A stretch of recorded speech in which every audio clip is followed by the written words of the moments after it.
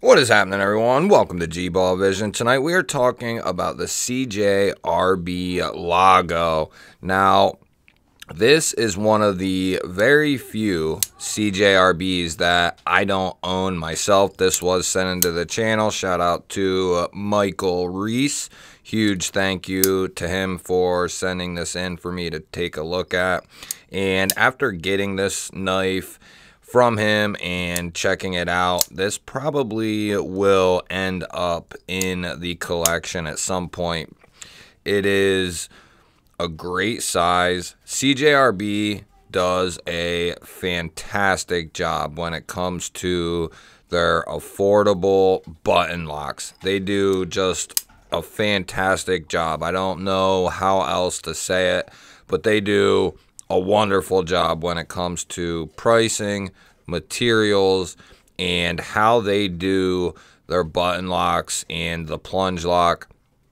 To this day, I have not had a single CJRB button lock mechanism fail on me. Now, I have not tested this one. When I acquire a Lago for myself, I will be testing it, but as of right now, I have not had a single one fail. So it's coming with the prototypical RPM 9 from CJRB and Artisan, which is their proprietary steel. If you are not familiar, it is a affordable powdered steel, which in the price range that a lot of these knives sit in, the $40, $50, $60 range, that is incredible to get a powdered steel in that price. You have a nice sheep's foot, Warncliffe-esque style of blade here. You have a nice low pokey tip. You have a little bit of belly here rolling to that tip. Little finger choil up here. I wouldn't quite call it a full finger choil, because if you were to really choke up on this guy, the corner of that edge would be into your finger. Now, if you have skinnier hands, skinnier fingers, I could see it maybe being close to a full finger choil. But if you have even a little bit bigger hands and fingers, that is going to be kind of just a light choke up spot, kind of for the just very tip of your finger in a sense. I love the swell of this handle going back. Nice neutral shape. You do have open construction here with some internal milling for weight relief. It's not a heavy knife, but it definitely has a little bit of weight to it. It gives it a nice feel in hand. You have CJRB's standard deep carry clip there. And I'm not sure if this one will be able to be replaced with their standard milled titanium clip. It is going to be reversible for lefties. You do have a lanyard hole there for the lanyard fans. Your button does match the finish on the blade. And one thing I noticed in messing with this is the button stays retracted when the knife is closed, and when it pops open, that button will come out. So that's not something that typically, you know, it's still protruding a little bit on the other models. You can still press down on it. It still has some spring play. Here, you do not get that. It is completely flush. It is below the cutout, and it's not, you can still push down on it to kind of use the button for disengagement and opening, but, or for opening, of course, for disengagement, but it's kind of different. I don't mind that at all, and I don't know if there's a particular reason they did that, but it is unique, and it's something I didn't notice right away. The other thing is the opening methods are very good. This has a nice stout spring in it, whether you want to thumb flick it, reverse flick it. Flipper tab works very good for the light switch and the push button. let's go ahead and get a quick measurement here. We are looking at just shy of 3 inches of cutting edge, about 3.5 total blade length, and down here to this very tip, just about 8 inches overall. I want to say this knife probably is close to 4 ounces. We'll see. Yeah, about 4.3. So pretty good. Like I said, it's not too heavy. It's a little thick. You know, it's a little tall, a little thick, but it feels very good in hand. Let's go ahead and get a quick blade stock check while I'm thinking about it.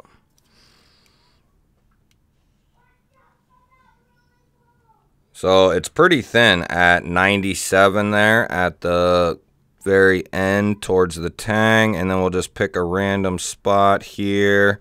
So it comes down pretty thin, 12 thousandths behind the edge, which that's pretty thin. A lot of knives that I check are usually 18 to 22 thousandths. When you start getting below 15 thousandths, that's starting to get pretty thin. Let's throw a couple knives up for comparison. Now, this is one of CJRB's older button locks before they really got into the craze. I think this came out right before the original Pyrite. So before this craze of button locks that they've done in 2023, this came out in 2022. You can see it's fairly close to the Echo. It's just slightly bigger. Now this is the large Pyrite here, and that is quite a bit bigger. So it's kind of right in between the Echo and the Pyrite. We'll throw our typical catalog of knives up here. There's the Deca from Hogue. We have the Ritter Hogue here, which is going to be, that's a pretty fair comparison. How about the PM2 Cutlery Shop exclusive? And we'll do the Para 3. Definitely more in line with the PM2. And we'll do one more, the Moyero, which was a very popular knife here in 2023. I would say that is also very close. The Lago is going to be just a touch bigger. So let's see how this guy cuts. I don't know how much it has been used previously. And CJRB typically does a great job on their edges. And this is no exception here.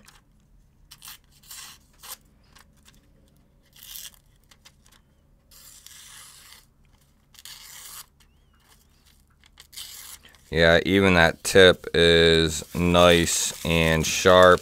So I don't know how much this has been cut and carried with, but as it sits right now, it is still nice and slicey.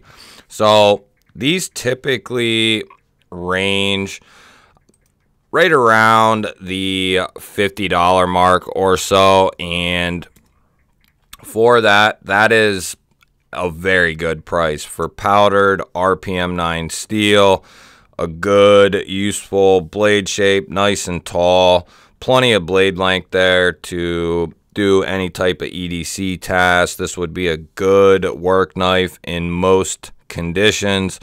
You have G10, Artisan, and CJRB do a very good job on their G10. You have some thick steel liners here, so that does give you some sense of some strength in there. Reversible pocket clip, so you know anyone can kind of carry this knife. I failed to mention the aluminum pivot collar there, gives it a little splash of color. I would have liked to seen a G10 backspacer in here. A lot of these companies do open construction, And sometimes I don't mind that, but 9 times out of 10, I would prefer to forego the standoffs and give me a backspacer in here, at least, you know, like a 1/3 backspacer. Miguron's really good at doing that, you know, giving about a 1/3, maybe even a little bit more. I would like to see even more on these, but at they're going with a backspacer. And that gives it, in my opinion, a little bit more strength, and it gives it a little bit more comfort in hand. Does add a little bit of weight, but not much. Nothing to complain about, in my opinion. The pivot's going to be T8. The hardware is going to be T8, or the scale screws at least, and the pocket clip screws are going to be T6. So that is something, you know, I don't know if they're doing that on models now. It looks like no. Even on their new ones with the titanium clip, those are still T6. So I would like to see that change made. Why not just go all T8? It would make the construction of the screws that much easier. Just make everything T8 and be done with it. And then it would be that much easier for the end user to take apart the knife, put the knife back together. You only need one driver, one bit, but that's something a lot of people are pretty much used to these days. Everyone has a 6, 8, and 10 Torx bit, but just, you know, if you're out in the field or you're out and about and you need to tighten something up, having just one bit to kind of do the job for that knife would be nice. But all in all, and everything considered, typically 50 bucks. Usually you can get it probably even a little bit cheaper than the $50 price point. I think normal, they might be 50 to 60, but I've seen them as low as like 40, in the mid to high 40s. So, but even at the $50 to $60 price point, this is a fantastic offering. And don't forget, this is one of their early button lock models. Not as early as the Feldspar, but this came out shortly after that. And this is one that I did not get back then, and I don't know why, but it is definitely, I think it's definitely been overlooked when we are talking about budget or affordable button locks. You know, the Pyrite and Pyrite Warney get a lot of praise.